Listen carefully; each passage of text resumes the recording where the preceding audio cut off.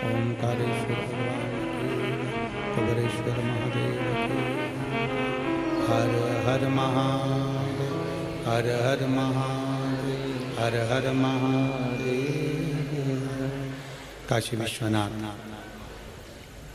ओगड़दानी त्रिकालदर्शी कैलाशी अविनाशी भगवान शिव, जिनकी पुनित पावन शिव महापुराण की कथा के अनुसार 3 दिवसीय शिव चर्चा दीपावली महापर्व कुबेरेश्वर बाबा की इस पवित्र धरा से आप और हम आस्था चैनल के माध्यम से सुबह 9 बजे से 10 बजे तक 24 और 25 तारीख को और 26 तारीख को दोपहर में 2 बजे से 5 बजे तक इस कुबेरेश्वर बाबा की पवित्र भूमि से शिव चर्चा का स्मरण कर रहे हैं। सुबह 9 बजे से 10 बजे तक 24 और 25 तारीख को और 26 तारीख को दोपहर में 2 बजे से 5 बजे तक इस कुबेरेश्वर बाबा की पवित्र भूमि से शिव चर्चा का स्मरण कर रहे हैं। कार्तिक का महीना, जिसको दामोदर मास भी कहा जाता है, जिसमें भगवान देवाधिदेव महादेव, भगवान शिव, जो संपूर्ण जगत का कल्याण करने वाले हैं, संपूर्ण जगत का भंडार भरने वाले हैं, ऐसे पवित्र पावन दामोदर मास में कार्तिक के महीने में भगवान शिव की पवित्र धरा से कुबेरेश्वर बाबा की इस पवित्र भूमि से ये 3 दिवसीय शिव चर्चा का लाभ लेने का सौभाग्य मिला है। कार्तिक के महीने में जो दीपावली के 5 दिवसीय पूजन होती है, धनतेरस,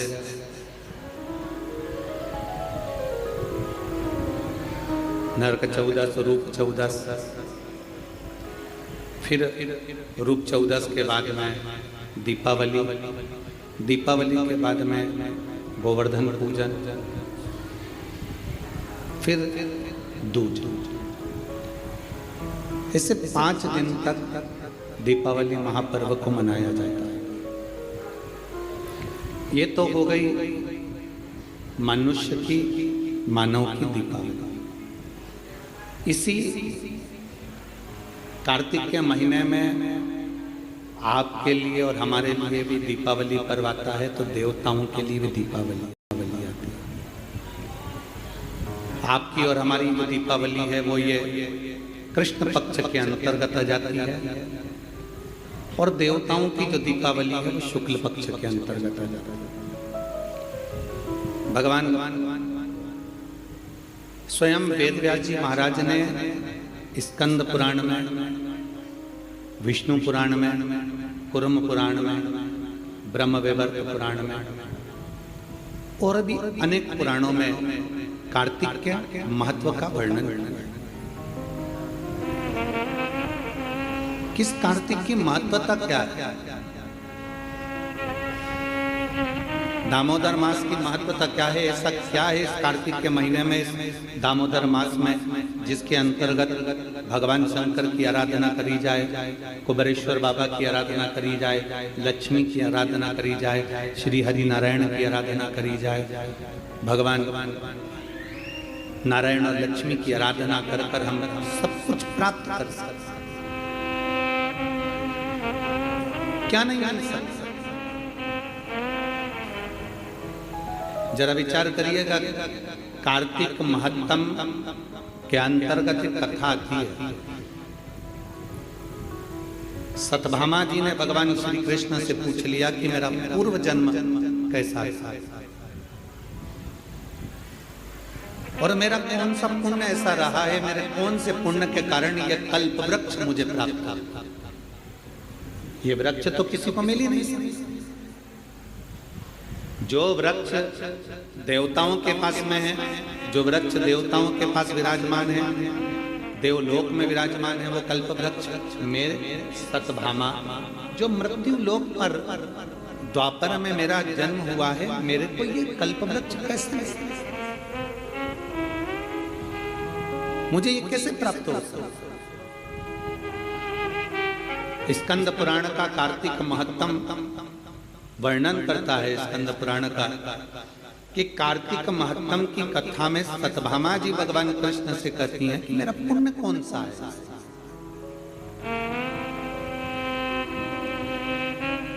जैसे आज आपको अपने अंदर एक विचार लाना चाहिए कि आपका कौन सा पुण्य है कि जो कुबेरेश्वर बाबा की धरा पर बैठकर 3 दिन शिव चर्चा है, और वो भी कार्तिक का महीना और कुबेर भंडारी की भूमि कुबेरेश्वर धाम।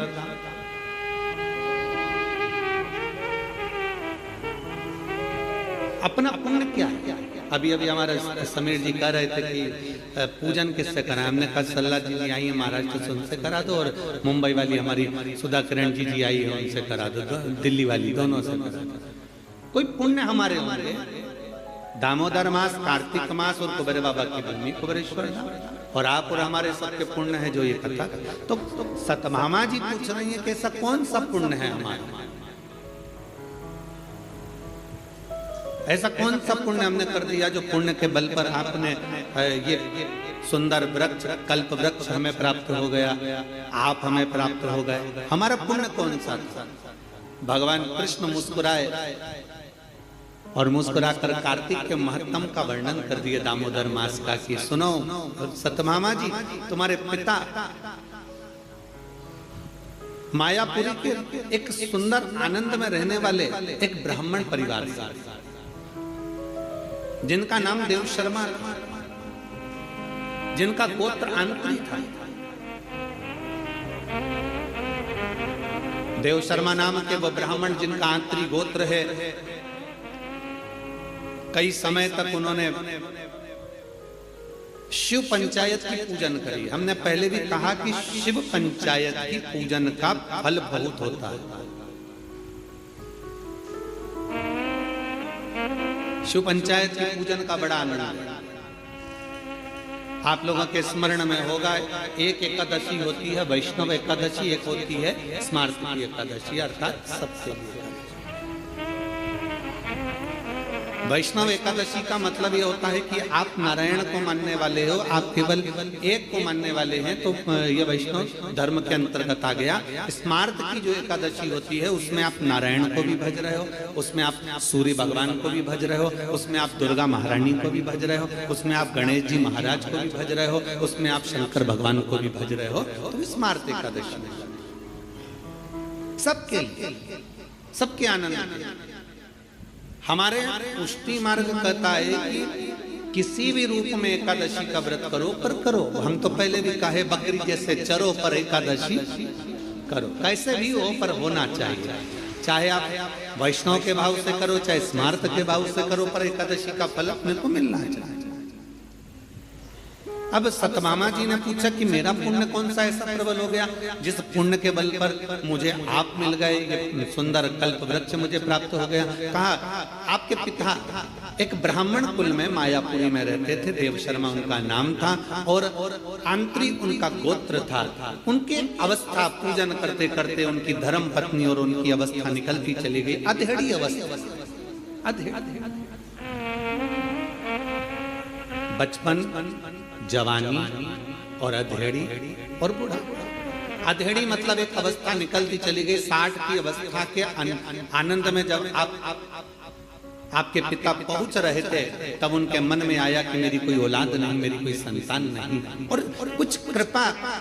ये पंचदेव शिव पंचायत में 5 देव विराजमान होते हैं। पहले सूर्य हैं, दूसरे नंबर पर मेरे देवाधिदेव महादेव हैं, तीसरे नंबर पर माँ दुर्गा है, चौथे नंबर पर बड़े आनंद से श्री गणेश जी महाराज हैं, 5वें नंबर पर भगवान श्री हरि, भगवान श्री नारायण। 5 देव विराजमान हैं, पंचदेव विराजमान हैं और वो बैठे बैठे जिनकी आराधना स्वयं देव शर्मा कर रहे हैं। सतभामा जी, आपके पिता के मन में भाव आया कि मेरे घर में औलाद नहीं, कोई औलाद आ जाए। भगवान से प्रार्थना करते, प्रतिदिन शंकर को 1 लोटा जल समर्पित करते। और जिस पंचायत में स्वयं शिव बैठे हैं, तो शास्त्र कहता है उस पंचायत का निर्णय कोई नहीं करता, उस पंचायत का निर्णय फिर देवाधिदेव महादेव ही करते, शिव ही करते। बोल बम का नारा है, सारी समस्या का हल। अब उसका निर्णय स्वयं भगवान शंकर करते हैं। इसलिए आप लोगों से कहते हैं कि आपकी पूजन की जगह में शंकर का शिवलिंग होना जरूरी है। भले आप ठाकुर जी की सेवा करो, राधा रानी की सेवा करो, लक्ष्मी जी की सेवा करो, नारायण की सेवा करो, ब्रह्मा जी की सेवा करो, देवी की सेवा करो, चाहे देवता की सेवा करो, किसी की भी सेवा कर रहे हो, किसी की पूजन कर रहे हो, उसमें शंकर का होना जरूरी है। जिस जगह शिव नहीं होता, जैसे दक्ष प्रजापति के यज्ञ में शंकर नहीं थे, तो वहां पर विघ्न नहीं आए।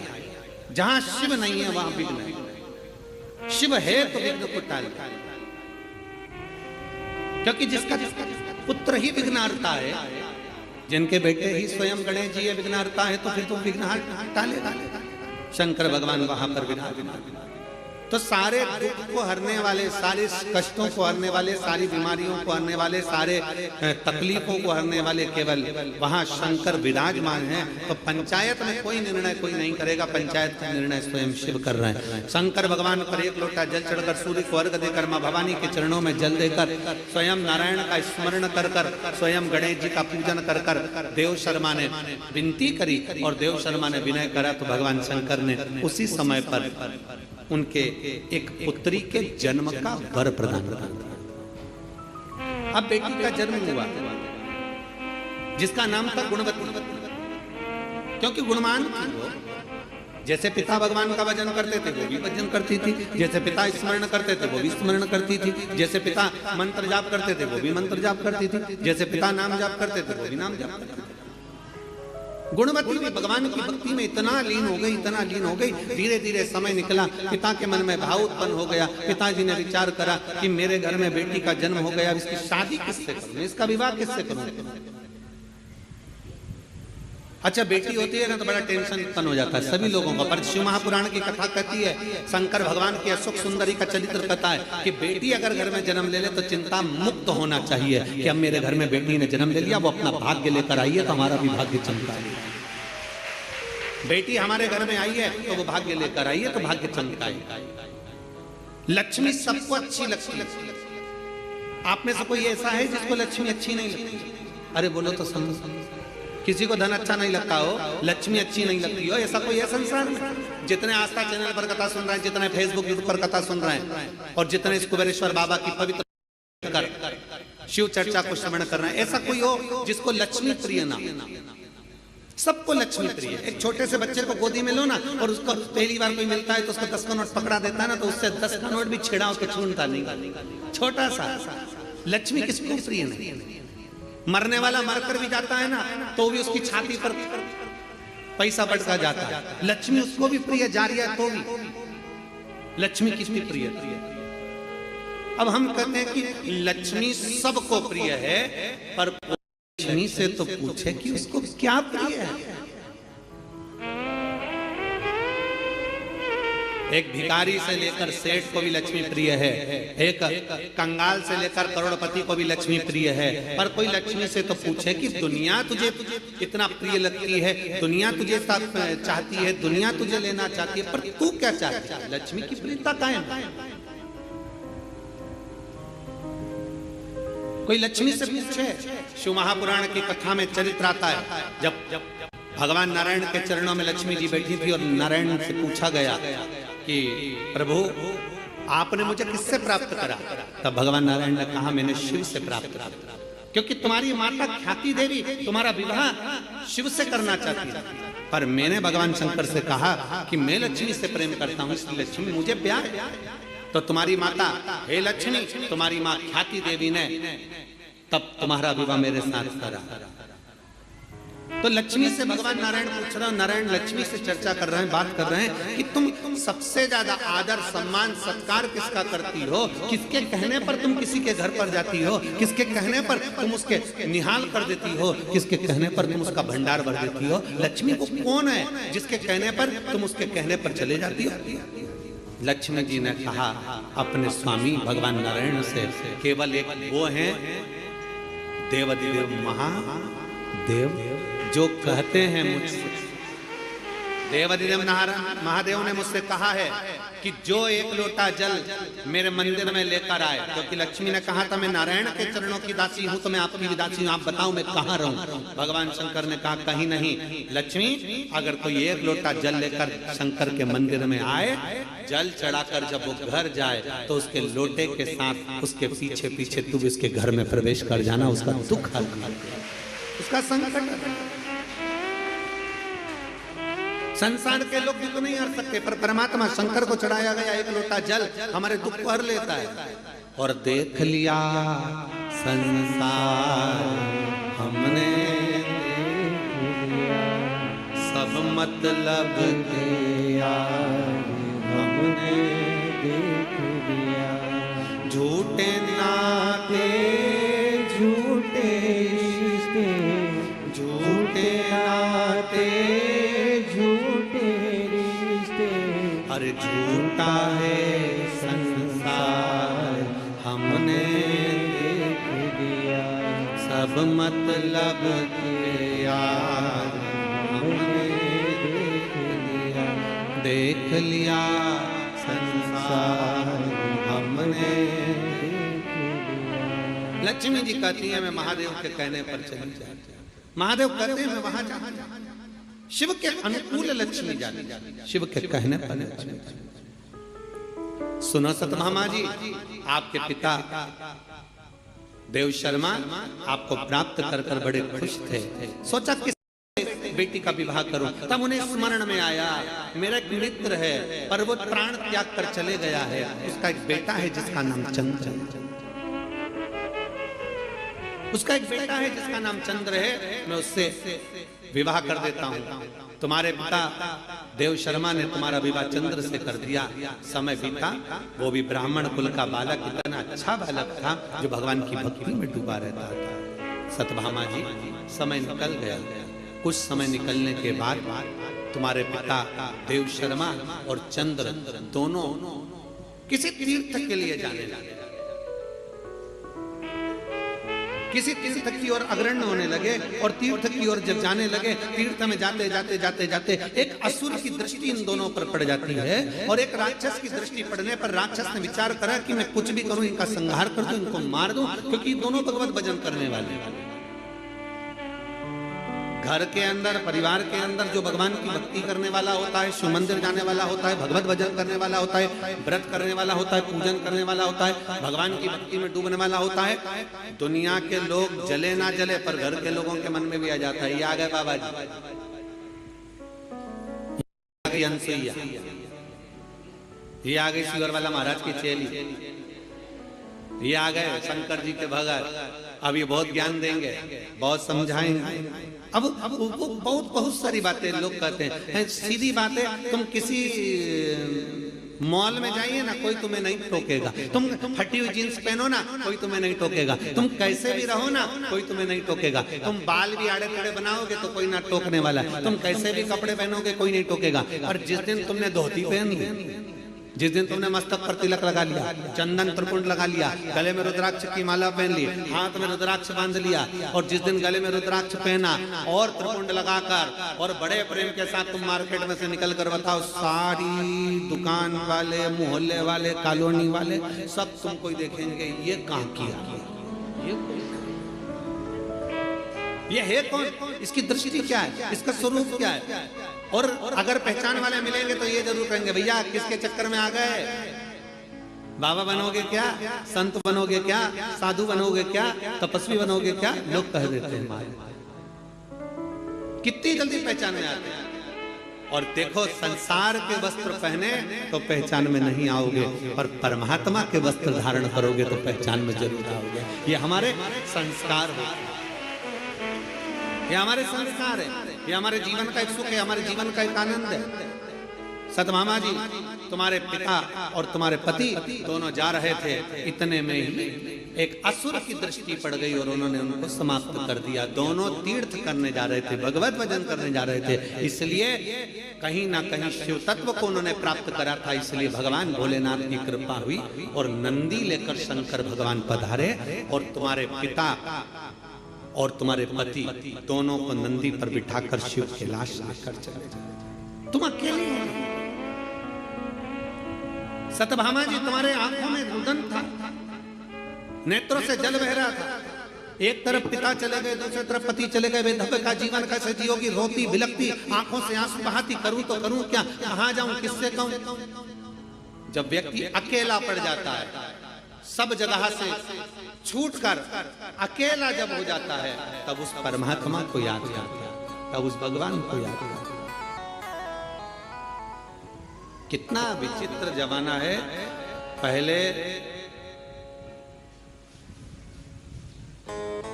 के समय में मंत्र चलते थे, बीच के समय ऐसा आया था जब तंत्र चलते थे। वो समय भी गया, फिर एक समय आया जिसमें यंत्र चलते थे, और आज कलिकाल का वो समय है जिसमें षड्यंत्र चलते हैं। षड्यंत्र, पहले मंत्र चलते थे, फिर तंत्र चलते थे, फिर यंत्र चलते थे, और आज कलिकाल के अनुसार आज कलयुग में लोग षड्यंत्र चलते हैं। बस अंदर ही अंदर सोचते हैं, ये ऊपर चढ़ रहा है, इसको नीचे कैसे गिराया जाए, ये आगे बढ़ रहा है, इसको पीछे कैसे लाया जाए, इसने इतना क्यों कमा लिया, इसने ऐसा भजन क्यों कर लिया, इसने स्मरण क्यों कर लिया, इसकी एक दुकान कैसे बन गई, इसकी शोरूम कैसे डल गया, इसका कपड़े का काम कैसे चल गया, इसके घर के पर्दे अच्छे क्यों हैं, इसका छत अच्छा क्यों है, इसका बेटा कहने में क्यों है, इसकी बेटी कहने में क्यों है, इसकी पत्नी अच्छी मिली, इसका पति अच्छा मिला, इसका परिवार अच्छा मिला। ये षड्यंत्र रचना प्रारंभ। और याद रखना, मंत्र, तंत्र, यंत्र और षड्यंत्र, इस पर भी भारी है श्री शिवाय नमस्तुभ्यम का मन।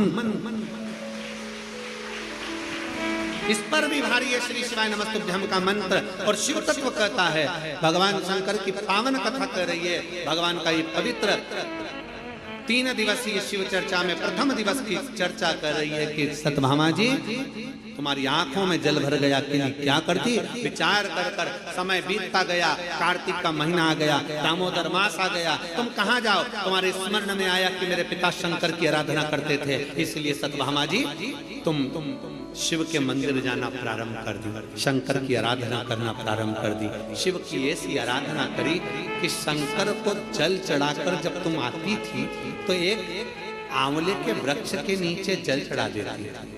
आंवले के वृक्ष के नीचे से आती थी और घर में प्रवेश कर जाती थी। प्रतिदिन तुम्हारा एक नियम बन गया, शाम के समय कार्तिक का महीना, और तुम्हें स्मरण नहीं आया कि कार्तिक का महीना है, क्योंकि तुम वैधव्य जीवन जी रही थी, आंखों में जल भरा हुआ था, रो रही थी, तुम्हें सुध नहीं थी। कब कार्तिक आया तुम्हें मालूम नहीं पड़ा, कब दामोदर मास आया तुम्हें मालूम नहीं पड़ा, और कार्तिक के महीने में तुमने दीप दान करना प्रारंभ करा। प्रत्येक दिवस तुम शाम के समय पर शिव मंदिर में जाकर बेलपत्र के वृक्ष के नीचे जाकर, तुम प्रत्येक दिवस आंवले के वृक्ष के नीचे जाकर, तुम प्रत्येक दिवस पीपल के वृक्ष के नीचे जाकर एक दीप दान करने लगी। और वो दीप दान का पुण्य फल इतना प्रबल हुआ कि एक दिन चलते चलते तुमको किसी असुर ने फिर देखा और तुम्हारे प्राणों को हर लिया। प्राण तो तुम्हारे चले गए, पर कार्तिक के महीने में जो तुमने तुलसी की अर्चना करी, कार्तिक के महीने में जो तुमने आंवले के वृक्ष की अर्चना करी, कार्तिक के महीने में जो तुमने शंकर भगवान को एक लोटा जल चढ़ाया, शिव की ऐसी कृपा हुई, शंकर प्रकट हुए, तुम्हें नंदी पर बिठाए। चलते चलते देवाधिदेव महादेव ने पूछ लिया तुम्हें क्या चाहिए। उसने कहा मेरा जीवन दुख में निकला, मेरे पिता पति चले गए, क्या चाहती हो।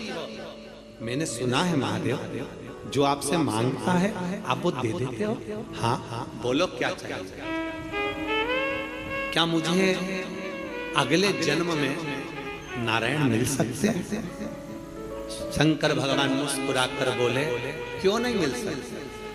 तुमने कार्तिक महीने में मेरे मंदिर में दीपदान किया है, एक लोटा जल समर्पित किया है, तुमने तुलसा महारानी का पूजन किया है और कार्तिक के आनंद का जीवन जिया है, इसलिए वर देता हूँ अगला जन्म जब तुम्हारा होगा, तुम्हारे लिए ही भगवान स्वयं नारायण द्वापर में कृष्ण अवतार लेकर आएंगे और तुम उनकी अर्धांगिनी सतभामा बनोगे।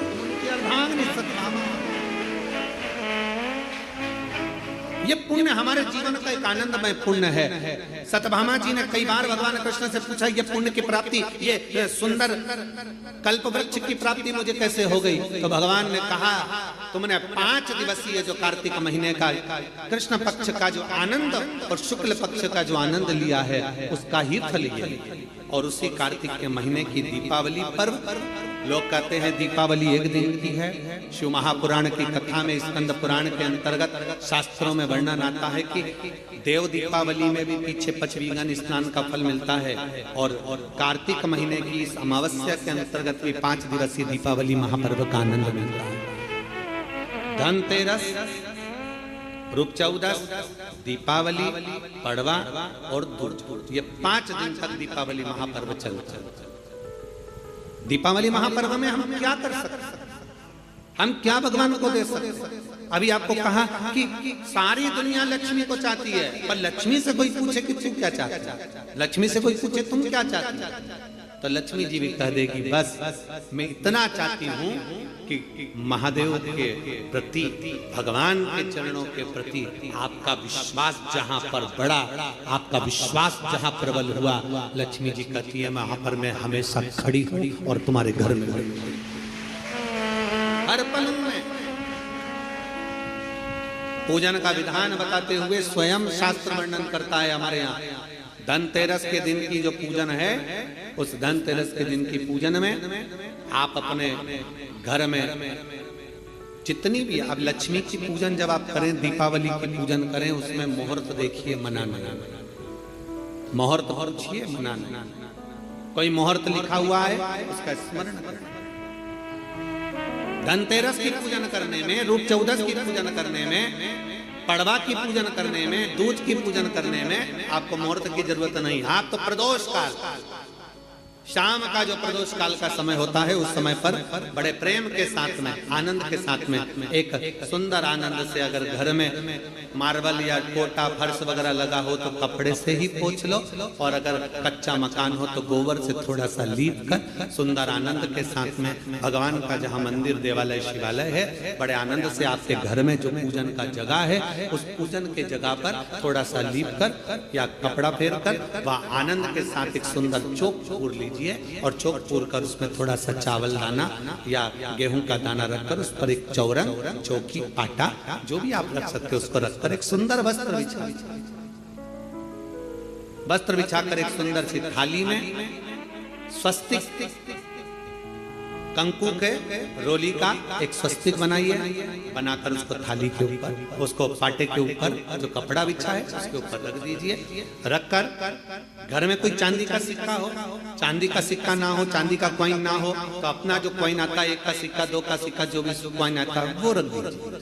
और रखकर उसको जो मोली आती है, लच्छा बांधने वाला, हाथ में बांधने का जो नाड़ा आता है, मोली होती है लच्छा, उससे उसको हल्दी लगाकर लपेट दीजिए और बाबा को उस थाली में रखकर सुंदर आनंद के साथ में माता लक्ष्मी का स्मरण करते हुए 7 दिए घी के, लंबी बाती, एक दिया तेल का दिया लक्ष्मी जी के लेफ्ट हैंड। जैसे लक्ष्मी जी को जब पूजन करने बैठोगे तो लक्ष्मी जी का मुख आपकी ओर होगा कि नहीं होगा? आप ऐसे बैठे हो तो लक्ष्मी का मुख आपकी ओर, तो दिया आएगा इस ओर। मतलब आप जब पूजन करने बैठोगे तो आपका जो सीधा हाथ होगा, लक्ष्मी जी का वो उल्टा, उस उल्टे हाथ की ओर एक तेल का दीप लगाकर लंबी बाती का, और 7 दिए लंबी बाती के घी के आटे के दिए, वो एक प्लेट में एक थाली में रख लीजिए। पूजन का सामान कंकु, चावल, रोली, मोली, हल्दी की गांठ, अमरवेल, कमलगट्टा, खड़ा धना, गुड़, ये सब सामग्री रखकर कुछ भोग लगाने की सामग्री, कुछ धूप बत्ती आदि इत्र आदि सामग्रियां रखकर, पुष्प आदि रखकर, जो क्वाइन तुमने रखा है, सिक्का तुमने रखा है, 7 दिए सीधे हाथ पर लक्ष्मी, 7 दिए जो तुमने आटे के बनाए हैं उसमें लंबी बत्ती कर सीधे हाथ पर जलाए, उल्टे हाथ पर तेल का दिया जलाकर पूजन की थाली में जो सामग्री रखी है जल का छींटा देकर बड़े प्रेम के साथ वस्त्र समर्पित कर और रोली, चंदन, मोली, हल्दी जो भी है, मेहंदी आदि सब सामग्री समर्पित कर 5 अमरबेल के टुकड़े, 7 कमलगट्टा, 5 अमरबेल के टुकड़े, 7 कमलगट्टा, 5 हल्दी की गठान, ये सब अपने हाथों में लेकर माँ लक्ष्मी से प्रार्थना कर कुबेरेश्वर महादेव से विनती कर शिव की आराधना कर नारायण की आराधना कर दामोदर भगवान की आराधना कर माँ लक्ष्मी की आराधना कर दोनों हाथों से समर्पित कंकु, रौली उस सिक्के के ऊपर धीरे धीरे कर डाली, हल्दी धीरे धीरे कर उस पर डाली, और जो 7 दिए आप भोग लगाने के बाद, प्रसाद रखने के बाद में, फिर जब 7 दिए जो तुमने थाली में लिए हैं, प्लेट में लिए हैं, उससे माता लक्ष्मी की आरती, कुबेरेश्वर महादेव का स्मरण कर आरती करिए। आरती रख दो, पर आरती को लेना नहीं, आरती भगवान की, भगवान को समझ, आरती झोली पसार कर माता लक्ष्मी से प्रार्थना करिए, माँ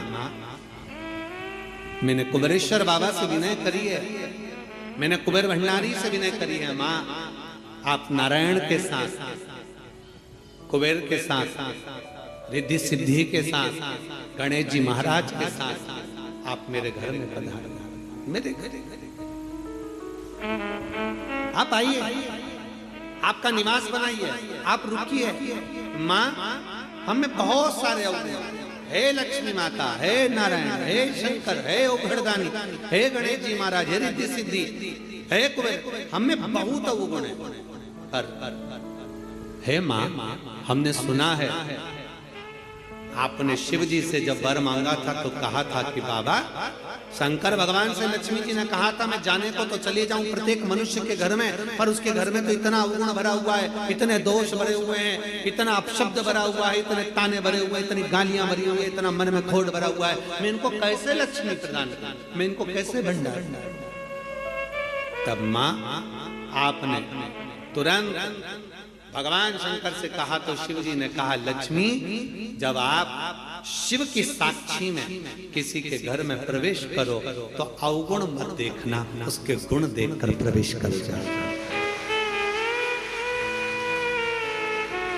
वो कहते हैं कि मेरे गिनियो ना अपराध लाडली, हमारे अवगुण ना गिने जाए। अभी कथा में आपको वर्णन किया था, कोई बहुत अच्छा है ना, बहुत अच्छा है ना, उसको ज्यादा घूर के नहीं देखो। कितना अच्छा व्यक्ति है ना, उसको ज्यादा घूर के मत देखो, घूर के मत देखो। क्यों? ज्यादा उसको घूर कर देखोगी तो उसमें अवगुण निकल जाएगा, तुम कुछ ना कुछ अवगुण निकाल लोगे, कुछ ना कुछ दोष निकाल लोगे। और कोई व्यक्ति बहुत बुरा है ना, बहुत बुरा है, तुम्हें बहुत बुरा लगता है ना, थोड़ा उसको घूर कर देखो, अच्छे से देखो। अच्छे व्यक्ति को घूर कर मत देखो, बुरे व्यक्ति को घूर कर देखो, अच्छे से देखो, तो ये पक्का है उस बुरे व्यक्ति में भी कोई गुण निकल ही जाएगा, ये पक्का है। अच्छा है उसको ना देखिए, ज्यादा घूर कर ना देखिए। अच्छा है, हम ज्यादा देखेंगे ना, बहुत अच्छा होता है। प्रथम में तो जब एक दूसरे से प्रेम होता है, स्नेह होता है, तो कितने अच्छे लगते हैं। रात दिन बात करें, 24 घंटा बात करें, 8 घंटा बात करें, रात को 9 बजे से जो चालू हो तो 2 बजे तक बात करें, और फिर उनकी शादी हो जाए, फिर बात करें, फिर तो खूब लड़ी मर्दानी होता है। फिर जो युद्ध चालू हुआ वो फिर युद्ध चालू। शिव कथा कर रही है, भगवान शंकर की कथा कर रही है, जो जिसमें बहुत गुण है, बहुत अच्छा है, जो उसमें तुम ज्यादा घूर कर मत देखो, उसमें अवगुण निकल जाएगा। बहू पहले कितनी अच्छी लगती है, बहुत बढ़िया, सास कितनी अच्छी लगती है, वो सब अच्छे लगते हैं, फिर धीरे धीरे उसमें अवगुण निकलता जाता है। हमारी सास तो ऐसी है, हमारी बहू तो ऐसी है, अवगुण निकलता जाता है। पहले घूर करना देखिए, अच्छा है ना उसको ज्यादा घूर कर नहीं देते, और बुरा है ना उसको घूर कर देखो, उसमें कुछ ना कुछ गुण जरूर देखो। बुरे व्यक्ति में अच्छाई जरूर होगी, ऐसा हो नहीं सकता कि कोई अच्छाई परमात्मा ना दे। निकाल शिव कथा कर रही है, सुंदर पवित्र चरित्र कर रहा है, भगवान के पावन चरित्र वर्णन कर रहा है। स्कंद पुराण में कार्तिक महत्तम वर्णन कर रहा है, और बड़े प्रेम से भगवान कह रहे हैं कि इस कार्तिक के महत्तम में, इस कार्तिक के महत्वता में आज आप सबने धनतेरस पूजन की महत्वता को जाना, और ये पूजन 5 दिन तक आप जिस जगह पर पहले दिन पूजन कर रहे हो धनतेरस की, जैसे आपने धनतेरस कुबेरेश्वर धाम की जो धनतेरस है वो 29 तारीख की रहेगी, रूप 14 30 तारीख की रहेगी, दीपावली जम के बोलो 31 तारीख की रहेगी, 31 अक्टूबर, गोवर्धन पूजन 1 तारीख, 1 नवंबर, ऐसे 2 तारीख, ऐसा क्रम सुंदर यहाँ कुबेरेश्वर धाम की धरा पर रहे। तो आप लोग जो पूजन करेंगे 29 तारीख को धनतेरस की प्रदोष काल, कोई समय प्रदोष काल का देखकर बड़े प्रेम से लीप कर चौकी रखकर बड़े आनंद के साथ में कपड़ा बिछाकर उस पर थाली रखकर सुंदर भाव के साथ धनतेरस की पूजन करो, और मेरे कुबेरेश्वर महादेव का स्मरण करो कुछ देर बैठकर, क्योंकि लक्ष्मी को भी और कुबेर को भी देने वाला अगर कोई है तो वो देव अधिदेव महा देने वाले। प्रयास करो भगवान शंकर की आराधना में जो सुख है, शिव की भक्ति में जो आनंद है, शंकर की आराधना कर कर, शंकर की साक्षी रखकर श्री शिवाय नमस्तुभ्यम। हमने पहले भी कथा में कहा, दीपावली के समय पर बाजार में भी जाओ तो दिवाली के समय पर वहां पर मार्केट में भी कहो कि भैया हमको एक स्टिकर चाहिए, काय का स्टिकर, कहना श्री शिवाय नमस्तुभ्यम का चाहिए। क्या करोगे? दरवाजे पर लगाना है। क्यों? क्योंकि हमने सुना है, शिव महापुराण की विधेश्वर संहिता में लिखा है कि श्री शिवाय नमस्तुभ्यम बोलने वाले के मुख का मात्र दर्शन कर लो तो हमारे सारे पाप क्षीण हो जाते हैं, हजारों अश्वमेध यज्ञ का फल प्राप्त हो जाता है और हमारे कार्य सफल हो जाते हैं। तो सामने वाला व्यक्ति जब दरवाजा बंद होगा उस पर श्री शिवाय नमस्तुभ्यम लिखा होगा, सामने वाला कोई भी आएगा, पड़ेगा, दरवाजा बजाएगा, जितनी देर खड़ा रहेगा उतनी देर पड़ेगा श्री शिवाय नमस्तुभ्यम। तुम दरवाजा खोलोगे, उसके मुख का दर्शन करोगे तो भी तुम्हारा कल्याण हो जाएगा। 2 फायदे, हमारा लाभ उसमें है, शिव तत्व की प्राप्ति हो। जब महालक्ष्मी आनंद के साथ में धनतेरस का पूजन करो, कल कथा में अपन रूप 14 की पूजन की महत्वता जानेंगे। फिर उसके आगे तीसरे दिन की कथा है 2 बजे से 5 बजे तक, उसमें अपन दीपावली पूजन को जानेंगे। फिर उसमें अपन एकम की पूजन का जानेंगे, गोवर्धन पूजन के दिन का महत्व की पूजन कैसे करना, फिर उसका वर्णन अपन दूज की पूजन का जानेंगे। ऐसे अपन पूरे 5 दिवसीय पूजन की महत्वता का स्मरण करेंगे। 5 और मैंने तेरे ही भरोसे बाबा, तेरे ही भरोसे हवा विच उड़ती जावांगी, बाबा डोर हल्को चढ़ती नाम में कटी जावांगी, भोले मैं तेरी कसम, शंभो मैं तेरी कसम, हवा विच उड़ती जावांगी, बाबा डोर हल्को चढ़ती नाम में कटी जावांगी। शिव तत्व की प्राप्ति, भगवान शंकर की प्राप्ति कितने आनंद के साथ। और जिस कभी भी ध्यान रखना, लक्ष्मी पूजन जब भी करो तो शिव को याद जरूर करो। भगवान नारायण को भी अगर लक्ष्मी दी है तो भगवान शंकर, नहीं तो माता ख्याति देवी लक्ष्मी जी की माँ, तो लक्ष्मी जी का विवाह तो भगवान शंकर से करना चाहती। पर नारायण भगवान शिव की आराधना में लगे रहे। पूछ लिया देवादिदेव महादेव ने, नारायण क्या बात है, अभी मेरी आराधना ज्यादा करें, क्या हो क्या गया? नारायण कहते हैं, प्रभु वो ख्याति देवी लक्ष्मी जी की माँ, उनका विवाह आपके साथ करना चाहती हूँ। आप चिंता क्यों करते, आप क्या चाहते हो बोलो। नारायण ने कहा, लक्ष्मी मुझे चाहिए। नारायण, लक्ष्मी में आपको दे दो। मना आप लक्ष्मी से विवाह करोगे, लक्ष्मी आपसे विवाह करेगी। लक्ष्मी जी से पूछा, स्वयं भगवान शंकर जब लक्ष्मी मैया बेलपत्र के वृक्ष के नीचे झाड़ू बुआरी कर रही हैं, बेलपत्र के वृक्ष के नीचे सेवा कर रही हैं, शंकर भगवान प्रकट होकर स्वयं पूछते हैं, गौरी शंकर पार्वती के साथ प्रकट होकर पूछते हैं, क्या बात है, क्या चाहिए, क्या हो गया? अब स्वयं भगवान शंकर ने लक्ष्मी जी से पूछा, तुम्हें क्या चाहिए? लक्ष्मी जी कहती है, मुझे नारायण के चरण, नारायण के चरण। भगवान शंकर ने पूछा, लक्ष्मी तुम नारायण के चरणों में रहने को तैयार हो? लक्ष्मी जी का शब्द था कि नारायण के चरणों में रहने को तैयार हो। इतने में लक्ष्मी जी कहती हैं, केवल नारायण के चरणों में ही नहीं, जिसके हृदय में नारायण बैठा है उसके घर में रहने को भी तैयार। जिसके हृदय में नारायण बैठा है, जिसके हृदय में श्री हरि बैठे हैं, जिसके हृदय में भगवान बैठे हैं, उनके घर में रहने को मैं तैयार। उनके घर, ये कार्तिक का महीना बड़े प्रेम से भगवान की विरल भक्ति धारण करते हुए दीप प्रज्वलित करिए और बड़े आनंद के साथ में 5 दिवसीय कार्तिक के महीने में सुंदर दीपावली महापर्व को मनाएं। हमारे कुबेरेश्वर बाबा की धरा पर भी दीपावली की रात्रि को लोग आते हैं, इस कुबेर भंडारी के दरवाजे पर घी के 11 दिए लगाते हैं। लोग अपने अपने घर की पूजन दिन में शाम को कर रात्रि को निकल कर आते हैं और पूरे प्रांगण में कहीं जहां उनका मन करता है वहां बैठकर 11 दीप लगा कर आते हैं। बाबा कुबेर भंडारी के चरणों में झोली पसार कर प्रणाम करते हैं, बाबा भंडार और दूसरे दिन तक बाबा का खजाना लेकर यहाँ से चले जाते हैं।